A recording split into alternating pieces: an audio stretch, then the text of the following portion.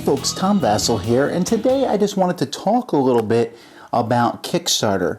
Now, if you are a fan of the channel at all, you know that for the past few years, we've used Kickstarter each January to raise money for our show. I decided to try it out to see if it would work, and boy, did it ever work.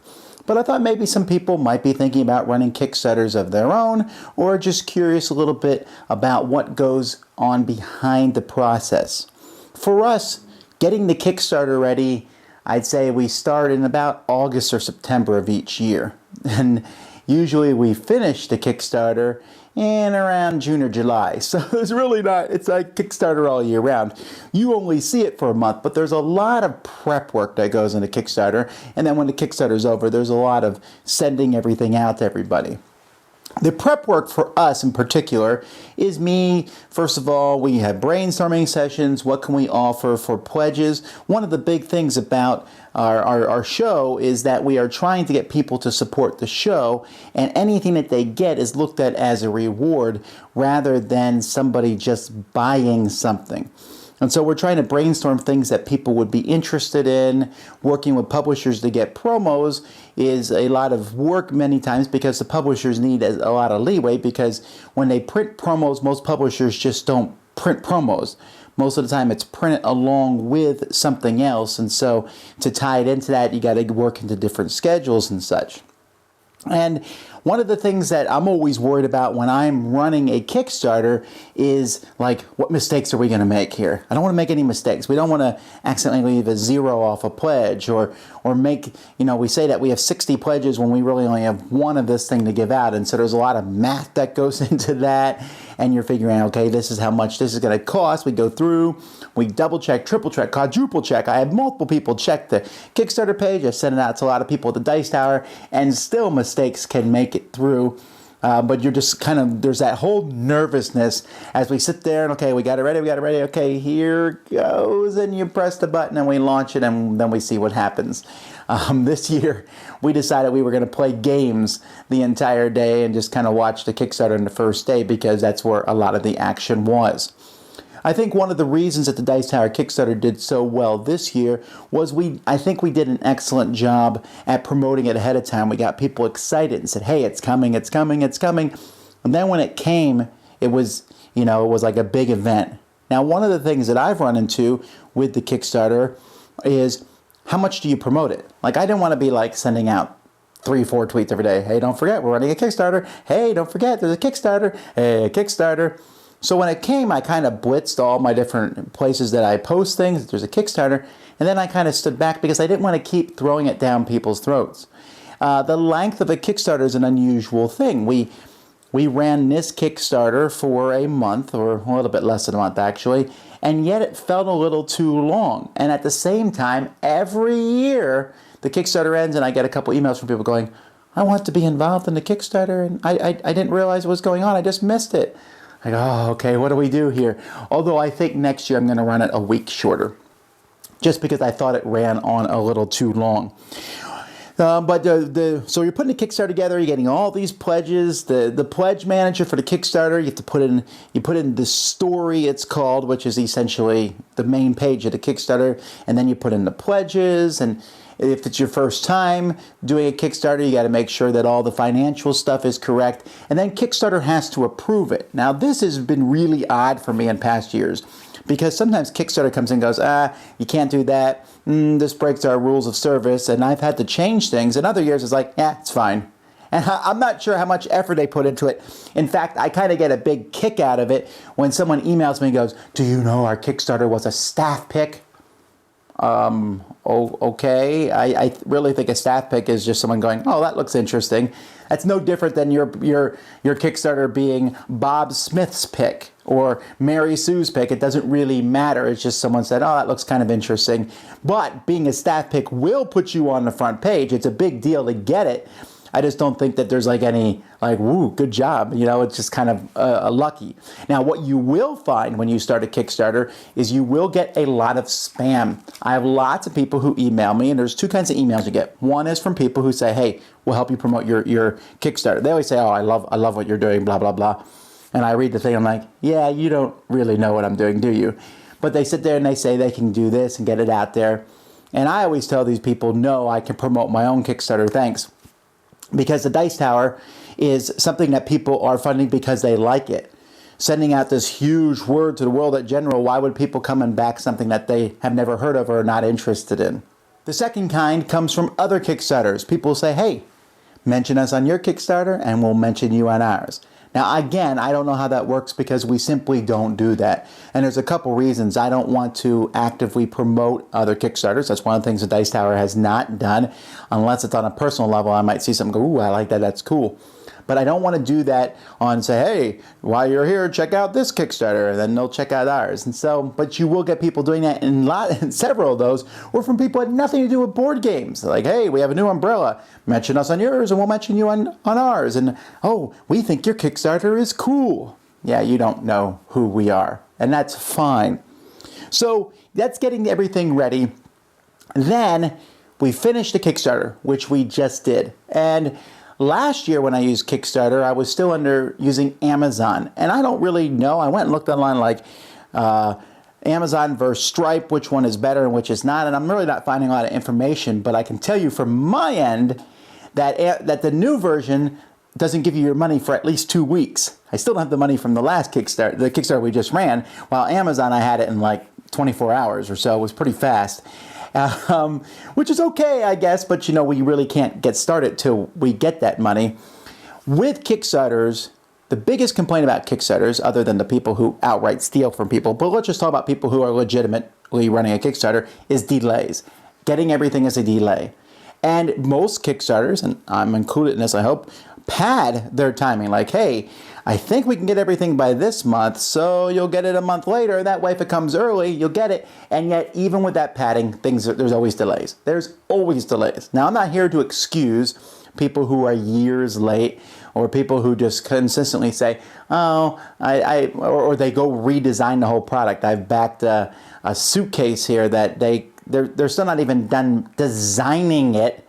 And I'm starting to wonder, I was supposed to have it by now. And yeah, well, who knows when that one's going to come in. But delays are inevitable, and they're very frustrating for the person running the Kickstarter because you have the delay of getting this stuff, and then everybody starts emailing you, and it's a very stressful time.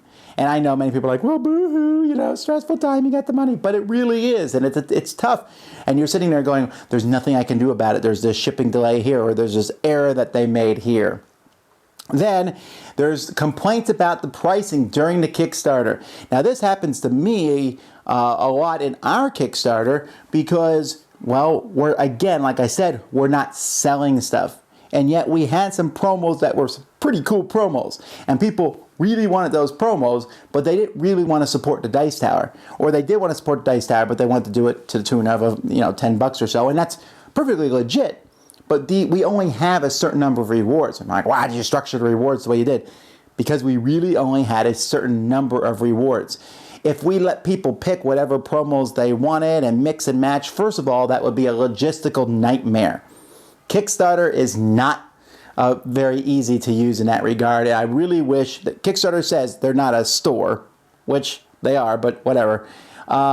And so you can't mix and match stuff. You can't click things for add-ons and stuff. So all that stuff has to be done manually, which is a real pain. So if we let people pick whatever promos they wanted, there would be this mix and match of people picking things. It would be this just big confusing mess. So we do it the way we do it, but which makes some of the higher pledge levels pretty high. And I'm always surprised that anybody backs those. But what's interesting is there are people who really dislike the Dice Tower who back those because they want the promos. But those people are going to let you know that they're really irritated about it, which I always find kind of an odd thing. And then people often forget about the cost, right?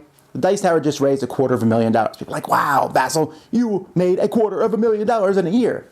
Well, yes, on one hand, that's super exciting. On the other hand, people forget 10% of that goes to Kickstarter for their website, I guess. And then you got to buy supplies. And then there's other costs involved. And for companies who are making board games, whenever I see someone like, oh, yeah, we need $3,000. No, you don't. You're going to need a lot more than that. And there's a lot of costs involved with a Kickstarter that people don't see. There's costs that go into it before the Kickstarter starts, and then there's a lot of costs after it's over. So once the Kickstarter is over, the pledges all come in, and a lot of credit cards don't work. Now, it's not a ton. I would guess maybe 5% of pledges don't work, and some of those people will contact you and say, my card didn't work for whatever reason. Can I still use PayPal or pay you directly with a credit card? And those things can work. And so that percentage is not as big as it could be, at least in my experience, but it certainly is there. But my biggest pet peeve, I think, with Kickstarter in general, and just with the way it runs, and maybe this is just me, but it's canceling of pledges. Now, pledging is a big deal, right? And so people can pledge at any point during the campaign, and they can cancel their pledge at any point during the campaign. And you can see, if you run the Kickstarter, who pledges and who cancels. In fact, you get an email sent to you, and I had to make special filters and send them to a folder because at the beginning of the campaign, it's like, vroom, and the emails just come in. But they also cancel too. And so if you're watching the Kickstarter from outside, you might say go up a little bit, go down a little bit, go up a little bit, down a little bit. If you're running the Kickstarter, it is even worse than that because you'll see so-and-so has canceled their pledge, and you'll sit there and go, oh, what did I do? Did I make a mistake? Why'd they cancel their pledge? Now, many people cancel their pledges because they're just not prepared to put up that money. Their financial situation has changed. It's one of the disadvantages to running a long Kickstarter too, because someone who might pledge $200 at the beginning, Kickstarter at the end says, things have changed since I've started pledging. However, what a lot of people do is they say, oh, there's a Kickstarter I'm pledging, I'm going to save that spot, and then I'll think about whether I'm going to get it or not. And at the very end, they cancel it. Now, I put out pleas in my Kickstarter for people to, if they were going to cancel their pledge, to do it early. And yet people canceled at the last minute all the way up to the end. And in fact, the very last thing on the dice tower was a canceled pledge. In the last week or two, maybe the last 10 days of the dice tower, there were $20,000 plus of canceled pledges. In fact, in the last day, people were really making an effort to reach the last stretch goal and adding money in lots of, like 35, 35, 35, 25, 25, 25. Then someone would be like, drop 250. And I really had a problem with that for a couple of reasons. One, if you're going to drop, then drop a lot earlier. And I understand that some people have financial things, and sure, but to hog that spot from somebody else who might have wanted it, because many of those pledges that were dropped, other people were wanting to get, but someone else had taken the spot. So just think about that, I guess, when you're backing a Kickstarter, because some people like go in and like, oh, I'll grab one of these really expensive ones, and you make that amount of money go up, and then later on, like, I don't want it, and it goes down. I almost wish there was a way that Kickstarter would just take the money right away so that it is an instantaneous thing, which would make people consider more before they pledge. I don't really know of a way to fix it. I just know that it's not that big of a deal, right? You're like, well, you hit your goal, Vasel, times 2. You're right, we did, but I'll tell you, in that last week, I was sitting there going, what are we doing? I'd come on and like, wow, today 80 people canceled their pledges. Why? What did we do here? And so, I don't know. That's just something that I noticed running the Kickstarter. The pledge manager for the Kickstarter is a big pain. I'm glad I'm paying Kickstarter $25,000 this year for their wonderful pledge manager.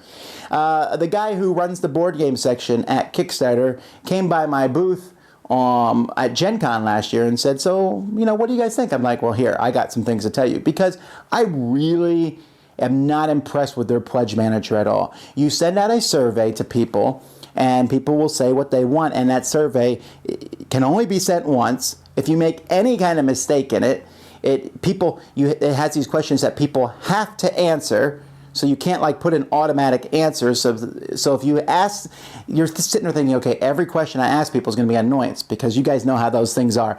This survey will only take 5-10 minutes. I don't want to do that. So you send out these things, you want to make them as short as possible, but you need to get information. And then when you do the pledge, the add-ons and stuff, that's even more kind of a pain in the neck. Now there is BackerKit, and there's all these other third-party programs that are coming in, and I have to wonder if there's some sort of relationship between them and Kickstarter, because Kickstarter should have something like this built in. It should. These other companies do it so much better, but if you use one of these other companies, well, then there's an added cost, obviously.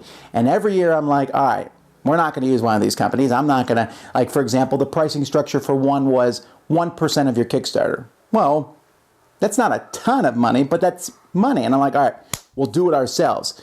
and you go through and you double check and you cross and you download these things, which turn into spreadsheets, and we go through and our eyes go crazy, and after 3 straight days of doing it, we're like, all right, I think we're done, and yet we still make mistakes as time goes by. And then you send out these pledge managers, and most people fill them out right away, but there's a lot of people who don't. And you say, all right, I need these to be filled out in 2 weeks. And people will do that. 2 weeks and 1 day later, you'll get a whole lot more. In fact, I got a pledge just filled out from 2013. It is 2016, and someone just filled out one for the 2013 pledge, and I was like, I really, what am I supposed to do then? And that's especially when you have the add-ons. Because you want to know, like, how much of, for example, for us, how many dice towers do I need to order? How many pairs of dice do I need to order? So we get them all, and we say, okay, we need 20 of these. All right, we'll order 25 just to make sure that we have enough. And then over the next month, another 7 come in. You're like, all right, I got to order 5 more. Or like, for example, for me, dice towers, I have to get them in lots of 10.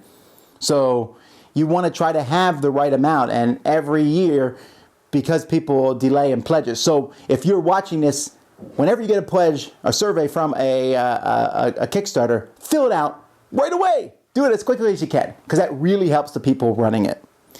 And it seems like I've been complaining a lot about Kickstarter, but I would like to say, I just wanted to give some thoughts on it. Overall, it works really well. The reasons I use Kickstarter are, first of all, it brings a level of excitement to the table. People get really excited. It becomes an event. Every January, it's exciting for us to run it. My kids will sit there and watch and be like, what? People are watching it. It's exciting for people to be part of. And that's also, it builds community. And people come in and they're talking back and forth. And there's a lot going on that people enjoy with the Kickstarter. And the simple fact is, Kickstarter works. Now, people say to me, why don't you use Patreon? Or why don't you use, some this or that, or Indiegogo? And the reason I don't use Indiegogo currently is because Kickstarter has a much wider reach than Indiegogo. It simply does. I know Indiegogo would work, but I wonder if it would work as well as Kickstarter. Its pricing structure is not much better than Kickstarter. It has some that, I think you can get the money right away, which is something that I would consider, but Kickstarter has a much wider reach than Indiegogo does. Although, interestingly enough, Indiegogo contacted me and said, hey, when the Kickstarter campaign's over, would you like to run a follow-up Indiegogo campaign for another month? And I said, well, that's interesting and all, but I'm not here to drag out fundraising for a month. And that is why I do Kickstarter and not Patreon. Patreon is something where you can pay monthly payments throughout the course of the year, and there's some uses to it, and I certainly think it's a fine thing, and its pricing structure seems reasonable, but I don't want to be asking for money year-round. As soon as January's over, I'm like, whew, I don't have to ask people for money no more. Now we're just going to talk about different things, and we're going to work hard the rest of the year. So Kickstarter works really well in that regard. I don't think it's for everyone. I think Patreon actually works for most podcasts or video shows. But for us, Kickstarter has been the proven factor to work thus far. So that's kind of my thoughts on Kickstarter. It's mostly good. I think in some sense, the guys running Kickstarter get a lot of money for not doing a lot of work. But they did build a website that has become extremely popular. And it has certainly helped the Dice Tower, and we're certainly glad to see that we can go in 2016 now, thanks to all of you guys who backed us. And so, again, I don't mean this to come off as complaining, although I did complain a little bit throughout the video. I don't mean it that way overall. It works. I just want to point out the different problems in case you were thinking about it, what pitfalls you can fall into. But overall, it is a joy and it's an excitement each year. I'm really glad that it's half over. I say half over because now we have to do the surveys and then get the stuff and send it out to people. But it allows us the freedom to do a job that we love, to talk about board games freely and not be shackled by, companies paying us for money. That we don't have to worry about any of that. We can review what we want, when we want it, and that's very exciting for us. I hope that 2016 is a great year for the Dice Tower, and much of it is in thanks to the people who backed our Kickstarter. Thank you, guys. Thanks so much for watching the Dice Tower videos. Find more great videos and reviews, as well as our top-rated audio podcast at Dicetower.com. You can also find other great shows at Dicetowernetwork.com.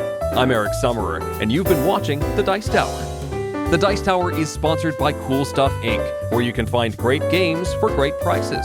Cool stuff in stock. Check them out at CoolStuffInc.com.